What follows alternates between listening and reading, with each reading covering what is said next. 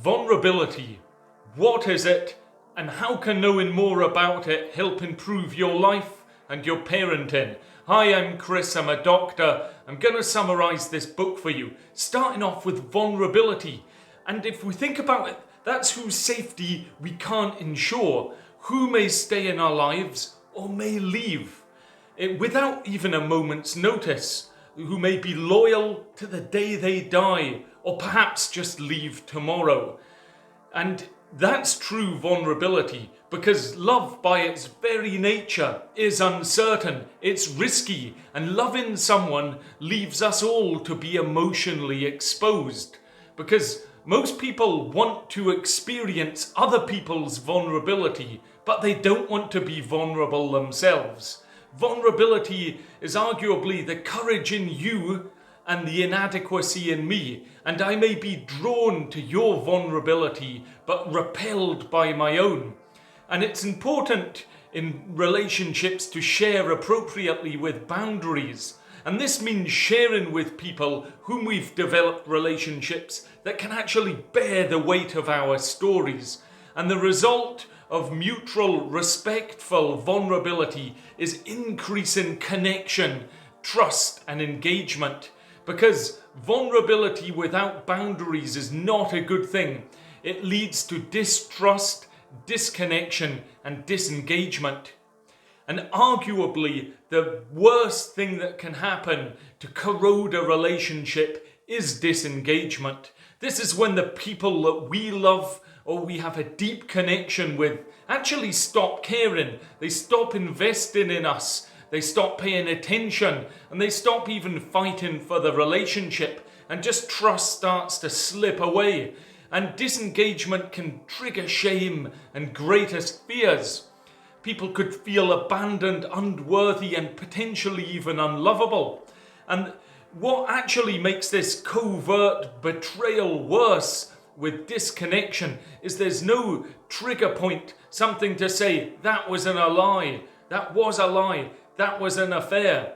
And whereas disengagement, it just slowly falls apart without actually evidence of being broken.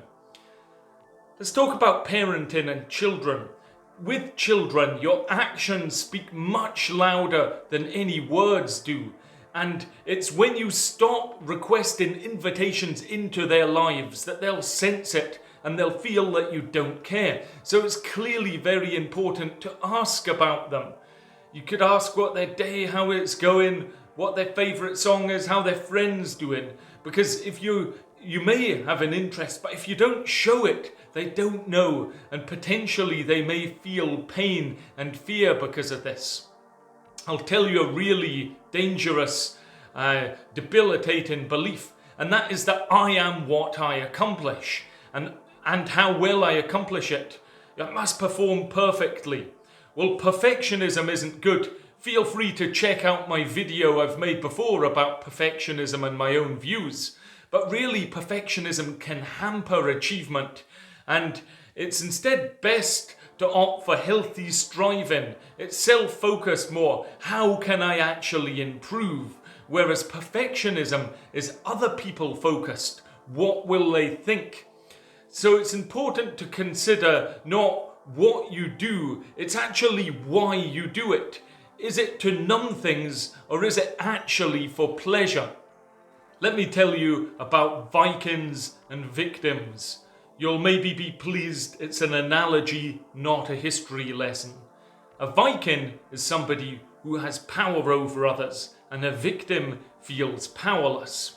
And a Viking mentality, if you hold that, it can actually perpetuate behaviours such as dominance, unjust control, and it can also worsen a victimhood mentality, because people are then constantly struggling with the idea that they're being targeted or treated unfairly. And it's surprising, but some people have an erroneous belief that they can either be a Viking or a victim. This is completely wrong. If you reduce your life down to options as limited as that, with extreme different roles, then really it leaves you with little hope for transformation and meaningful change.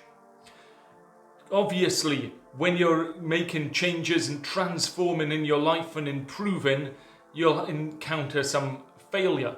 Now, some people are actually so afraid of failure and ridicule that they don't try. They don't want to stand out. But just remember, those that criticize you are often doing this because they just simply want somebody who will listen to them.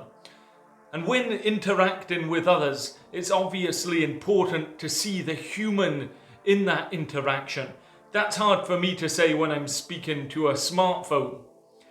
The author of this book actually did some grounded theory research, and that's when you start with no hypothesis but a topic, and you go and interview lots of different people, and then what you do is you take what you did from those interviews and compare it to the existing literature.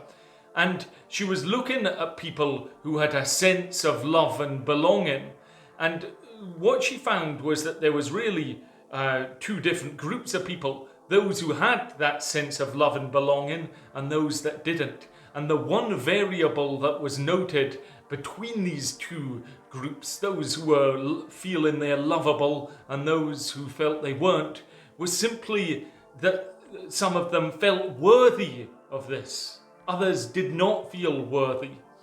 And worthiness really not just relates to your self-esteem, but it relates often to how you're raised, because what we want to do is raise children who believe they are worthy.